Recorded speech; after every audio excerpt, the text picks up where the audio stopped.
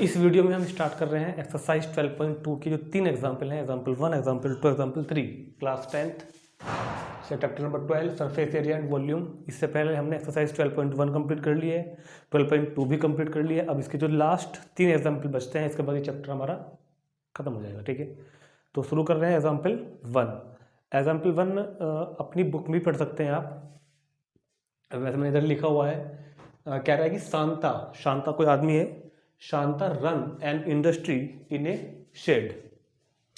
शांता को ने कोई इंडस्ट्री चलाई हुई है, कोई छोटी मोटी कोई फैक्ट्री टाइप अपने मतलब आसपास में कोई घर में अपने कोई छोटी मोटी फैक्ट्री उसने चलाई हुई है। Shanta runs an industry in a shed मतलब क्या कहते हैं कि जो टीन शेड होता है ना, मतलब कोई चार दीवार खड़ी कर ली और उसके ऊपर एक लैंटर डाल लिया, टेम्परेरी बेस बना के उसने एक अपना टीन शेड के अंदर एक कंपनी कोई छोटी मोटी फैक्ट्री चलाई हुई है, जो कि इस तरह से है, is in the shape of A cuboid surmounted bye A half cylinder. अपनी बुक में आप इस फिगर को देख सकते हो, बुक में बनी हुई एग्जाम्पल में, क्योंकि देखो यहाँ पर ना बोर्ड पर फिगर ठीक से बन नहीं पाएगी, क्योंकि ये 3D फिगर है।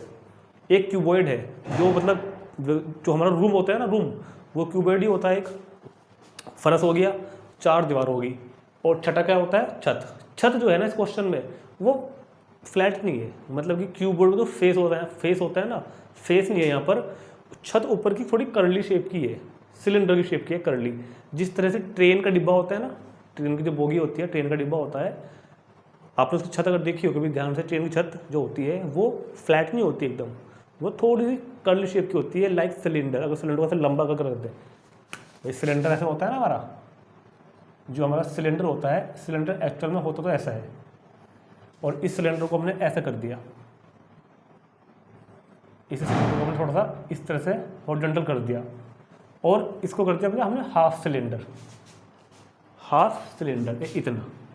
ये जो इस तरह की शेप उसकी छत है, और नीचे से क्या है वो कि क्यूबॉइड, नीचे से क्या है वो एक क्यूबॉइडिकल कुछ इस तरह से करके एक शेप आपकी बुक में बनी हुई होगी, क्योंकि यहाँ पर ठीक से बन नहीं पाएगी फिगर, 3D फिगर है। तो ये कह रहा है कि एक क्यूबॉइडिकल शेप का, तो उसका if the base of the shed is the dimension 7 metre and 15 metre and the height of the cuboidal portion is 8 metre. जो क्यूबॉइडल पोर्शन है ना, उसकी लेंथ, उसकी ब्रेथ, उसकी हाइट, क्यूबॉइडल पोर्शन की लेंथ, ब्रेथ, हाइट गिवन है हमारे पास। Dimensions of cuboidal portion, dimension of cuboidal portion. Cuboidal portion के लिए लेंथ कितनी है, 7 मीटर। क्यूबॉइडल पोर्शन के लिए ब्रेथ कितनी है, 15 मीटर। और क्यूबॉइडल पोर्शन के लिए हाइट कितनी है, क्यूबॉइडल पोर्शन के लिए हाइट है, height of the cuboidal portion 8 metre. तो ये मेरे पास पहले क्यूबॉइडल पोर्शन का, जो क्यूबॉइडल पोर्शन है मतलब कि 4 दीवार और फर्श का डायमेंशंस आ गई। अब इसके ऊपर जो छत है वो अपनी बुक में देखो आप ध्यान से, एक हाफ सिलेंडर के रूप में है, और उस हाफ सिलेंडर का आपको बहुत ध्यान से देखो डायमीटर भी दिखाई दे रहा होगा। Diameter of half cylinder, diameter of half cylinder book में साफ दिखाई दे रहा है 7 मीटर है। जब डायमीटर 7 मीटर है तो रेडियस हो जाएगी r 7/2 मीटर। और इस वाले पोर्शन की हाइट, सिलेंड्रिकल पोर्शन की जो हाइट है स्मॉल h, वो भी देखो बुक में मेंशन की हुई है साफ साफ, 15 मीटर की उसकी हाइट है। तो सब डायमेंशन तो यहाँ पर हमको दे रखी थी, कोई प्रॉब्लम वाली बात नहीं है।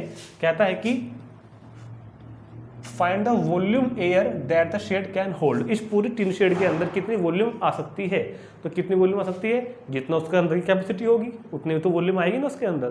तो कितनी वॉल्यूम आएगी, तो पहले पार्ट में क्या पूछा इसने, find the volume of air that shed can hold. तो द टोटल वॉल्यूम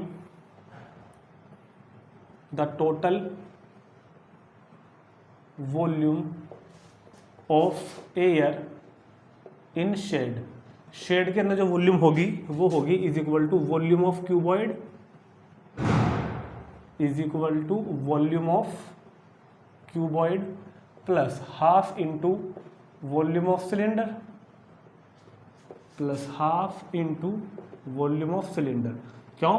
क्योंकि जितना पूरा कमरा हो गया, कमरे के अंदर वॉल्यूम मतलब वॉल्यूम ऑफ क्यूबॉइड, और ऊपर का जो शेप है वो कर्ली शेप इस तरह की है, कर्व सरफेस एरिया, और कितना आधा, हाफ वॉल्यूम ऑफ सिलेंडर।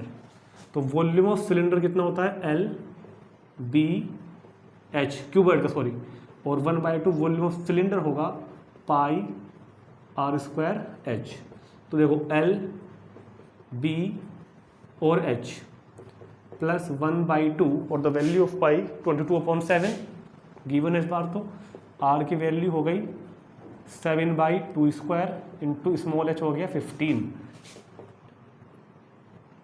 तो ये कितना हो गया 15 7 105 और गुणा 8 प्लस 2 से करो 11/7, 7 का स्क्वायर 49, 2 का स्क्वायर 4 इंटू 15, तो 7 जा 8 पंजे 40 और 8 बन जा 8, ठीक है 840 और प्लस 11 7 77 और अपॉन 15/4, तो 840 और 77 इंटू 15 करके आएगा 288.75, 288.75 और टोटल को जब प्लस करोगे तो 8 और 0 8, 8 और 4 12, 8 और 2 10 और 11, 128.75 मीटर क्यूब। तो पूरे के पूरे जो ये हमारी फैक्ट्री है इसके अंदर जो वॉल्यूम आ सकता है, जो एयर आ सकती है, उसका वॉल्यूम कितना होगा 1128.75 मीटर क्यूब। इतनी volume can hold the tin shed.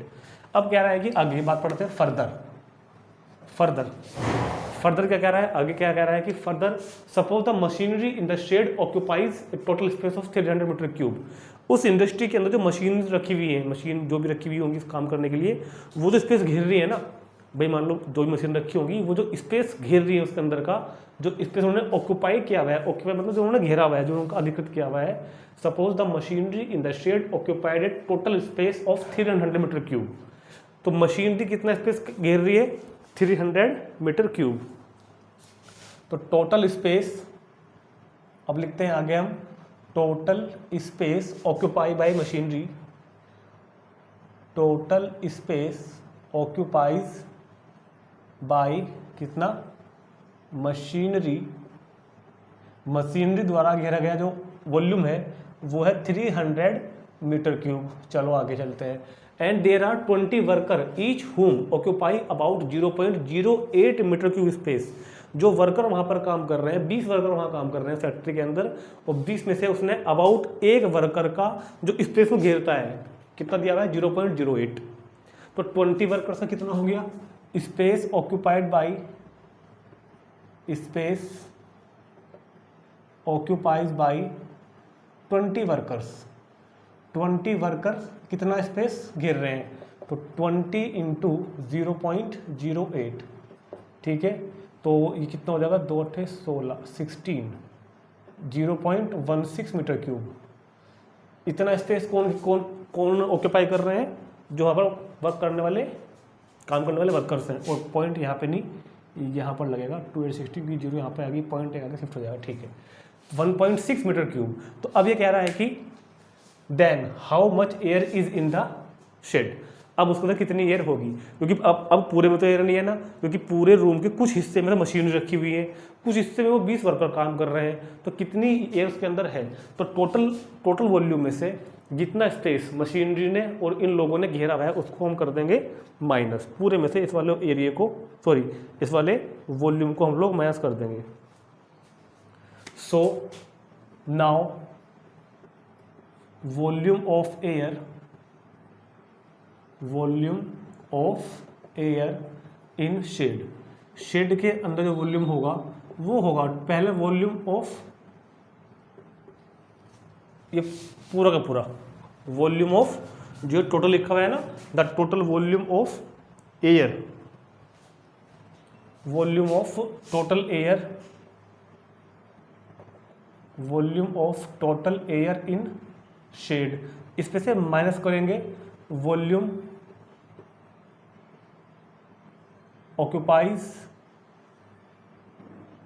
Bye machinery, volume occupies by machinery, और इसमें से माइनस करेंगे वॉल्यूम ऑक्यूपाइज बाई 20 वर्कर्स। तो कुछ नहीं कर रहे हैं, टोटल जो वॉल्यूम था उस वॉल्यूम में से मशीनरी का और इन वर्कर्स का वॉल्यूम माइनस कर रहे हैं। तो 1128.75 माइनस 300 ये वाला और माइनस 1.6 ये वाला, तो 1128.75 माइनस 301.16, ठीक। तो 1128.75 माइनस 301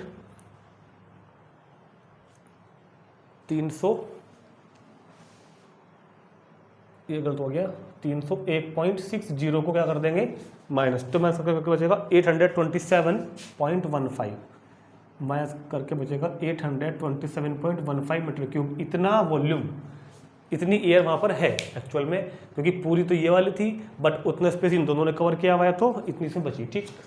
नोट कर लेंगे इसको फटाफट, और नोट करने के बाद देखते हैं एग्जाम्पल 6, बहुत इंपॉर्टेंट एग्जाम्पल है 6 इसका। शुरू करते हैं।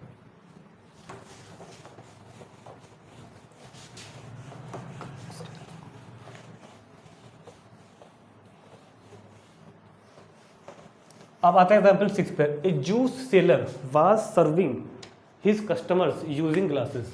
एक जूस सेलर जो है, जो जूस बेचता है ना, आपने देखा होगा गली मोहल्लों में या फिर बाजार में जो जूस बेचते हैं, उनका जो गिलास होता है उस ग्लास की बात कर रहे हैं। A juice seller was serving his customers using glasses. एक जूस सेलर जिस ग्लास का यूज करता है अपने कस्टमर्स को जूस सर्व करने के लिए। The inner diameter of the cylindrical glass was 5 centimetre. इस ग्लास का जो इनर डायमीटर है वो कितना है, ये मेरे पास ग्लास हो गया, सिलेंडर की शेप का होता है कुछ कुछ, तो इसका inner diameter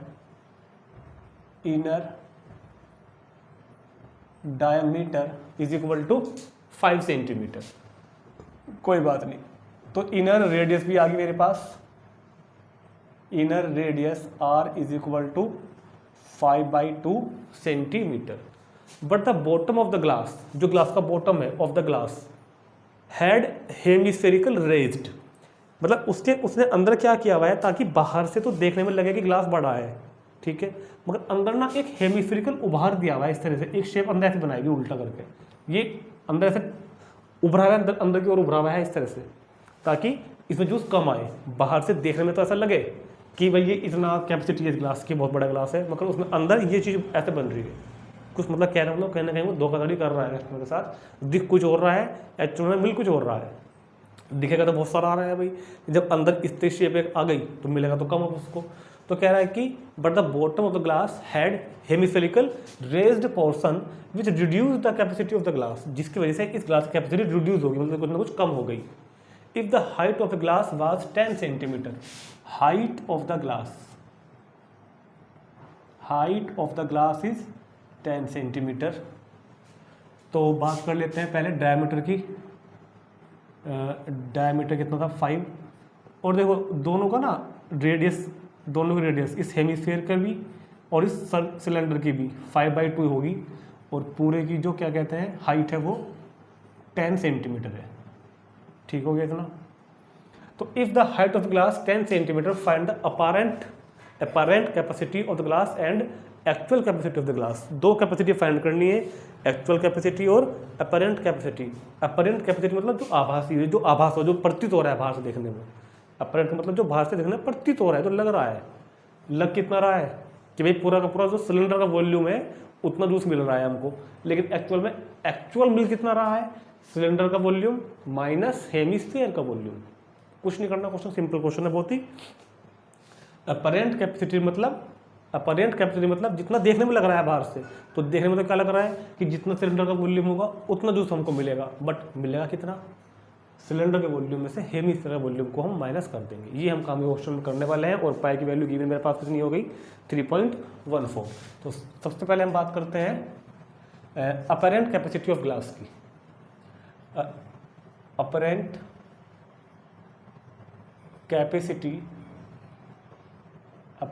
capacity of glass. तो यार बताओ, अपैरेंट कैपेसिटी ऑफ ग्लास तो वही होगी ना, वॉल्यूम ऑफ सिलेंडर, क्योंकि देखने में तो हमको ऐसा लग रहा है ना कि भाई जितना सिलेंडर का वॉल्यूम होगा उतना जूस पी रहे हैं हम, मगर एक्चुअल में तो ऐसा नहीं है। तो apparent capacity of the glass होगी volume of cylinder, and volume of cylinder is pi R square H. Pi की वैल्यू 3.14, आर की वैल्यू 5/2 स्क्वायर इंटू एच की वैल्यू 10। तो 3.14, 5 स्क्वायर 25, 2 का स्क्वायर 4 इंटू 10, और इसको हम डिवाइड अगर करें तो ये आएगा 1.57, 2 टाइम करके 2 से करके, और ये कितना होगा 5, तो 125। तो 1.57 की मल्टीप्लाई जब 1.25 में करोगे तो 125 इंटू 1.57 तो आएगा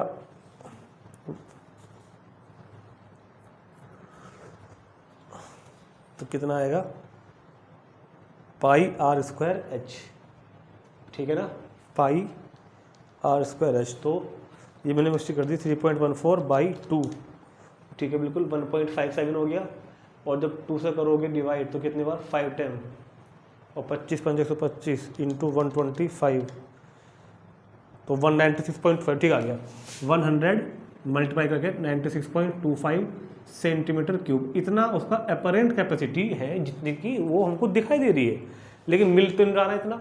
एक्चुअल कैपेसिटी निकाल लिया अब हमको, एक्चुअल कैपेसिटी ऑफ ग्लास, तो एक्चुअल कैपेसिटी ऑफ ग्लास होगी is equal to volume of cylinder, volume of cylinder minus volume of hemisphere. तो वॉल्यूम ऑफ सिलेंडर तो ये निकल ही गया, बार बार क्या निकाल लोगे इसको, निकल गया ना बार बार, तो नहीं निकाल लोगे। वॉल्यूम ऑफ हेमिस्फेयर कितना होता है यार, 2/3 पाई आर क्यूब, तो 196.25 माइनस 2/3 3.14 और आर का क्यूब मतलब 5/2 का क्यूब। अब जब क्वेश्चन हमारा पूरा पॉइंट में आ ही गया तो अब क्या घबराना, अब तो पॉइंट से करेंगे ना इसको।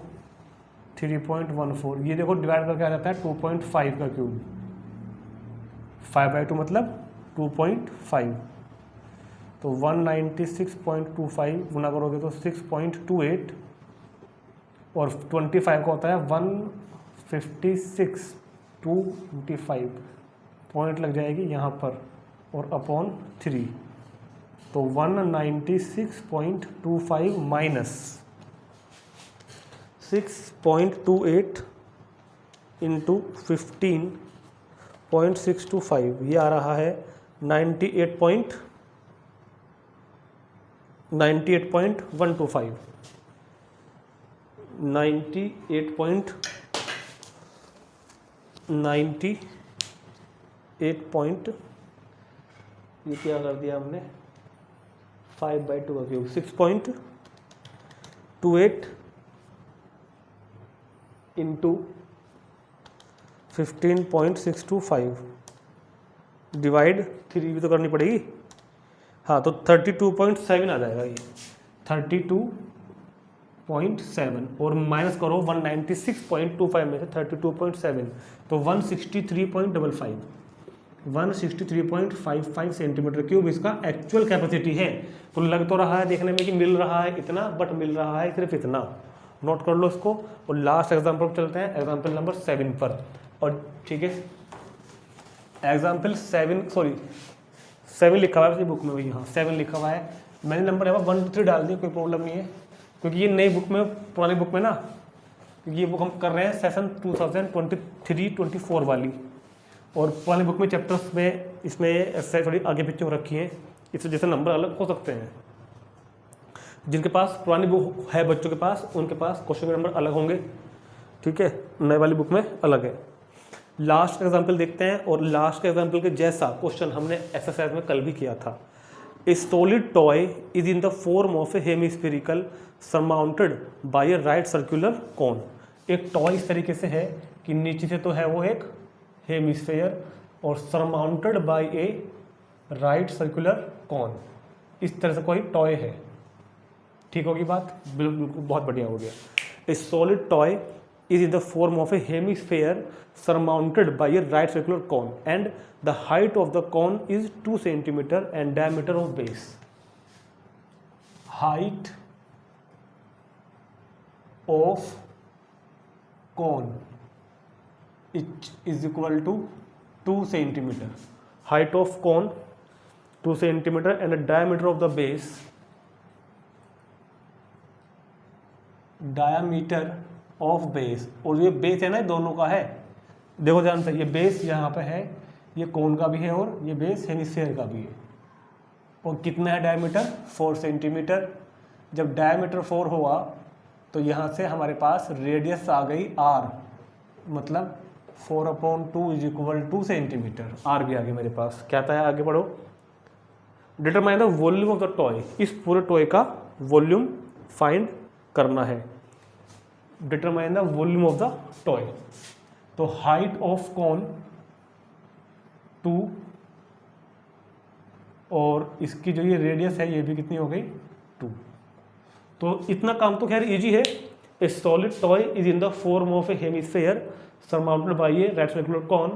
The height of the cone is 2 centimeter and the diameter of the base is 4 centimeter, that is radius is 2 centimeter. Determine the volume of the toy. फिर ये बात का पार्ट भी पढ़ेंगे आगे, क्या लिखा हुआ है, पहले इसका हम वॉल्यूम फाइंड कर देते हैं सिर्फ। So volume of toy, volume of toy is equal to कितना होगा, volume of cone, volume of cone plus volume of hemisphere, volume of cone and volume of कितना हेमिस्फीयर। तो volume V is equal to volume of cone 1/3 pi r square h और volume of hemisphere 2/3 pi r cube. इस calculation को हमको अभी solve करना है, ठीक। तो बहुत ध्यान से देखेंगे, पहले मैंने यहाँ तक कुछ कॉमन ले लेता हूँ यार, पाई कॉमन है, r स्क्वायर भी कॉमन है, अपॉन 3 भी कॉमन है, पाई r स्क्वायर 3 कॉमन, तो h यहाँ रह गया, पाई r स्क्वायर गया बाहर तो 2r यहाँ रह गया। पाई की वैल्यू गिवन है वही लेनी पड़ेगी, पाई की वैल्यू 3.14 और r की value 2 square upon 3 into h की वैल्यू 2 और 2r, ठीक। तो 3.14, 2 का स्क्वायर 4/3, 2 दूनी 4 और 2 6, ये हो गया 6 टाइम्स से कैंसिल, तो 3.14 इंटू 4 दूनी 8, तो मल्टीप्लाई करो 8 चौक 32, 8 एकम 8 और 3 11 और 8 3 जा 24 और 1 25, तो 25.12 centimetre cube is the volume of toy. इस पूरे टॉय का वॉल्यूम हमने फाइंड कर दिया 25.12, कुछ भी नहीं किया, r भी गिवन था, h भी गिवन था, फॉर्मूला लगाया volume of toy is equal to volume of cone plus volume of hemisphere, formula लगाए 1/3 pi r square h plus 2/3 pi r cube, calculation करी बहुत ध्यान से और 25.12 volume of the toy we get. Now we find further if a right circular cylinder circumscribe the toy, circumscribe मतलब उसको अंदर रखता है अपने, एक राइट सर्कुलर सिलेंडर है। अब एक सिलेंडर लाएंगे और इस खिलौने को उठाकर सिलेंडर के अंदर रख देंगे, देखते हैं कैसे। सपोज करते हैं ये सिलेंडर हो गया एक, ठीक, और मैं कह रहा हूं कि इसको उठाओ, इसके अंदर रख दो, इसको पकड़ो, इसके अंदर रख दो, सर्कमस्क्राइब मतलब अंतर्गत, अंदर कर देना उस चीज को। If a right circular cylinder circumscribe the toy, अब सुनो बहुत ध्यान से, इसको उठा के अंदर रखूंगा ना तो मुझे लगता है कि कुछ ऐसा दिखेगा मुझको, तो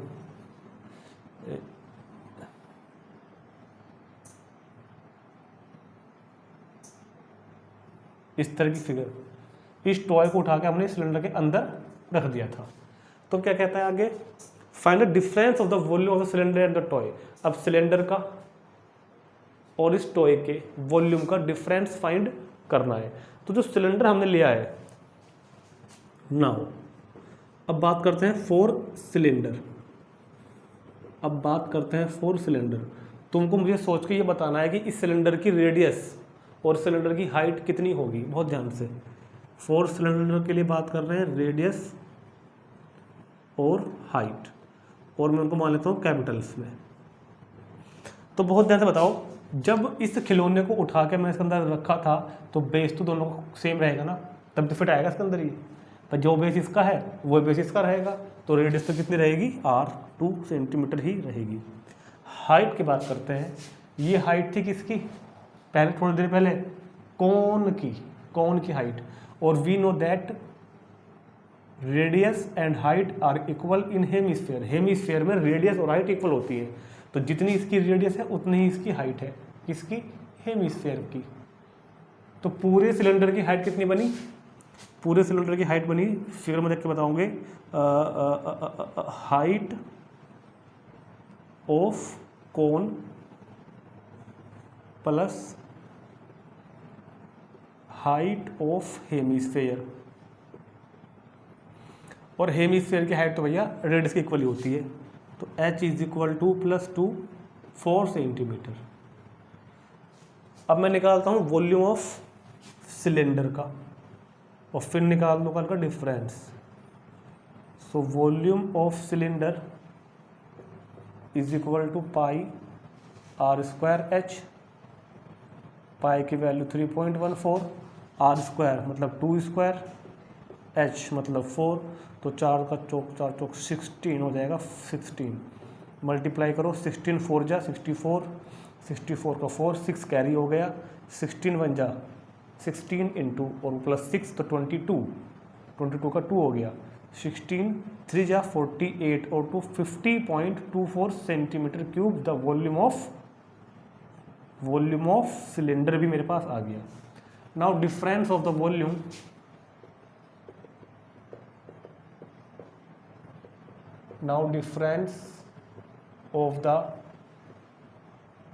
difference of the volumes of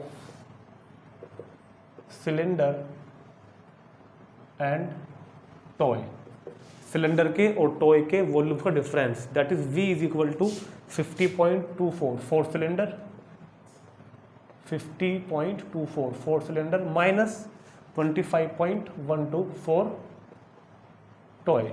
और इसमें से ये मैथ करोगे तो मुझे लग रहा है शायद डबल हो रहा है, तो सेम आएगा 25.12 centimetre cube. This is the volume of difference of volume of cylinder and volume of toy. ठीक, नोट कर लो इसको। और इसके साथ हमारी एक्सरसाइज की 12.2 के तीनों एग्जाम्पल खत्म हो गए हैं। आज चैप्टर पूरा तरह फिनिश हो गया है। ठीक, और अच्छी तरह पढ़ लेंगे इसको, और इसके बाद हम तुरंत शुरू करने जा रहे हैं। नेक्स्ट चैप्टर है मेरे हिसाब से शायद न्यू बुक में आ रहा है स्टैटिस्टिक्स। हम नया चैप्टर शुरू करें, चैप्टर नंबर 13। ठीक है, तो इस वीडियो में अगर कोई भी प्रॉब्लम रही हो, कुछ बात समझ में ना आई हो, तो मुझको आप एक बार कमेंट करके जरूर बताना एक बार देख कर इसमें। ठीक है, और इसको एक बार अच्छे से तरह पढ़ लेंगे। इसकी इंट्रोडक्शन वीडियो पर जरूर देख लेंगे जिन्होंने ये वाली वीडियो तक नहीं देखी थी पहले वाली। ठीक है, और इसको जितना ज़्यादा हो सके उसको शेयर कर दो, और फिर तुरंत शुरू करते हैं चैप्टर नंबर 13। ठीक।